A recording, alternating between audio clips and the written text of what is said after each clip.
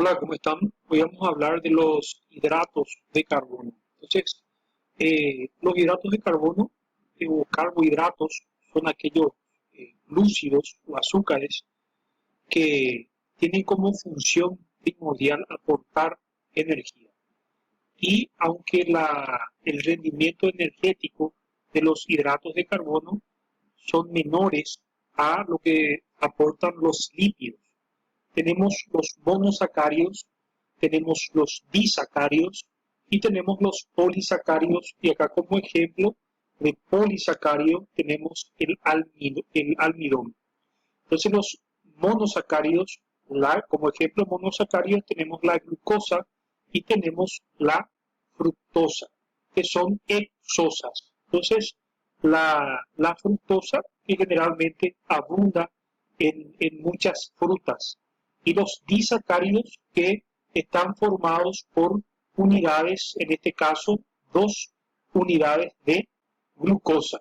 En el caso de la manosa, y están unidos por un enlace químico que se llama enlace glucosídico, o también le dicen enlace glicosídico. Y la sacarosa, que es el azúcar común de mesa y que está formado por glucosa y por fructosa, unidos por un enlace glucosídico. Y en los polisacáridos más complejos, como por ejemplo el almidón, también tienen unidades de glucosa, y estas unidades de glucosa están unidas entre sí por medio del enlace glucosídico, que en el momento de la digestión del almidón, entonces se va degradando el enlace glucosídico, y de esa manera se van liberando azúcar, o sea, glucosa en este caso.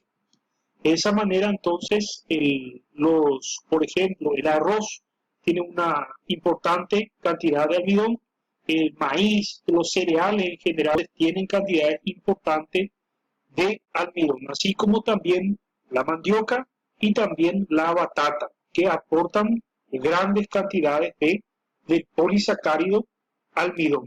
Los hidratos de carbono, los monosacáridos, se pueden representar de estas tres formas.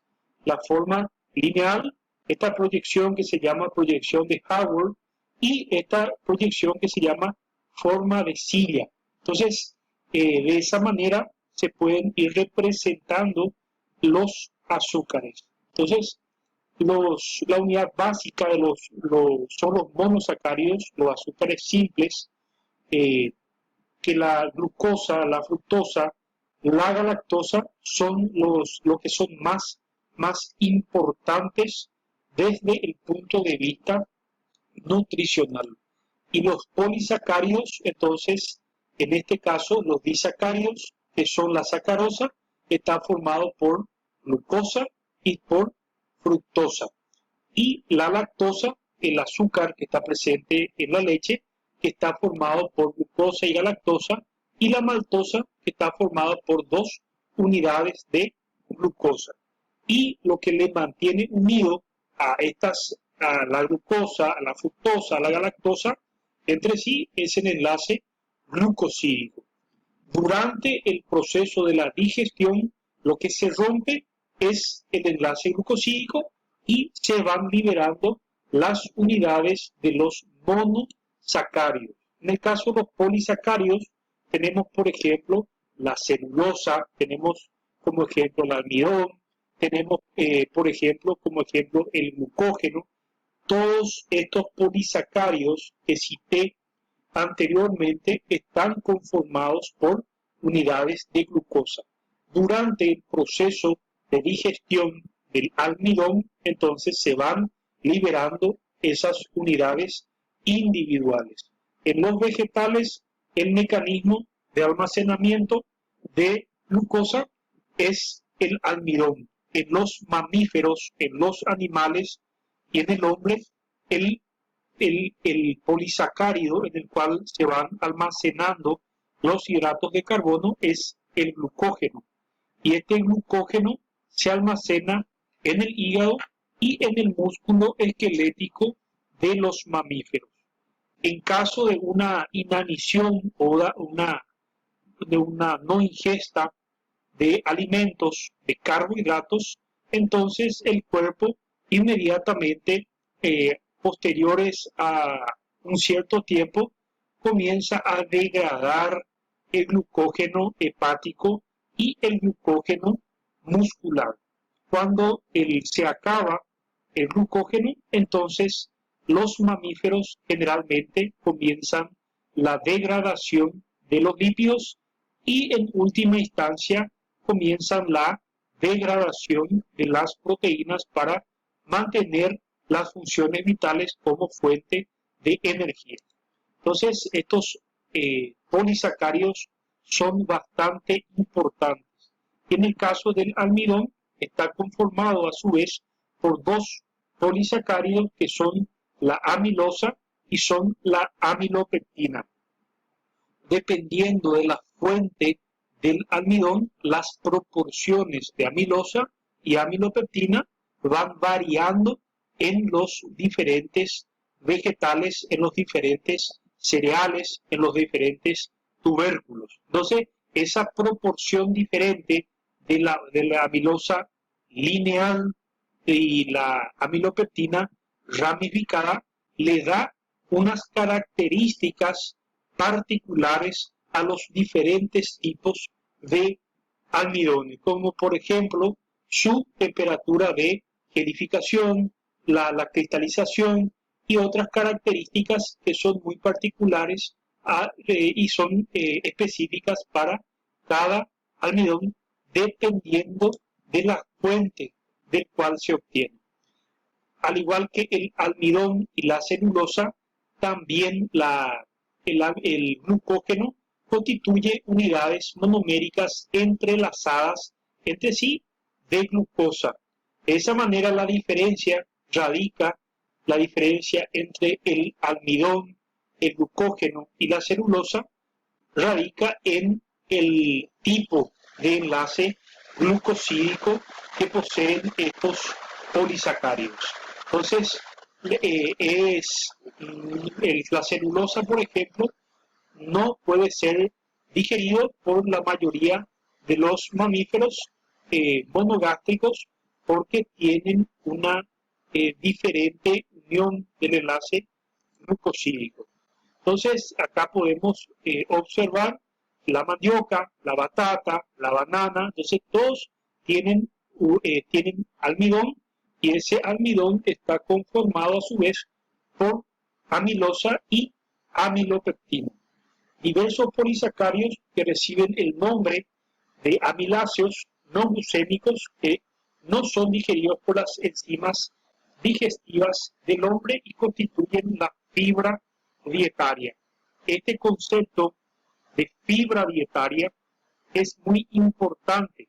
La fibra es aquella porción de los alimentos que no son digeridos por el tubo digestivo y estas grandes moléculas pasan entonces inalterados por el tubo digestivo, como por ejemplo la celulosa, que no puede ser digerido por los seres humanos, ingresa por la boca y es defecado como celulosa, pero cumple un papel importante como fibra porque tiene una función de arrastre de ciertas sustancias y también se combina con el colesterol y otros lípidos y eso hace que pueda ir arrastrando todas esas sustancias e impiden que se absorban la totalidad de los lípidos y eso hace que hace descender los niveles de colesterol en individuos que consumen una alta proporción de fibra. Y las fibras también juegan un papel muy importante en la prevención del cáncer de colon. El glucógeno, como había dicho, se almacena en el hígado y también se puede almacenar en el músculo esquelético.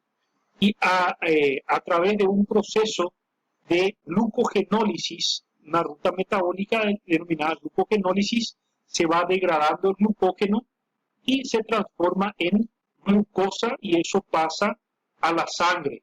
De esa manera, este proceso puede ocurrir en el hígado y también puede ocurrir en el músculo esquelético. Y cuando existe un exceso de, de glucosa, entonces se forma el glucógeno a través de un proceso que se llama glucogénesis. Entonces, de esa manera se van manteniendo los niveles de glucosa en la sangre para mantener las funciones vitales, las funciones cerebrales, por más de que nos esté ingiriendo alimentos por un determinado tiempo.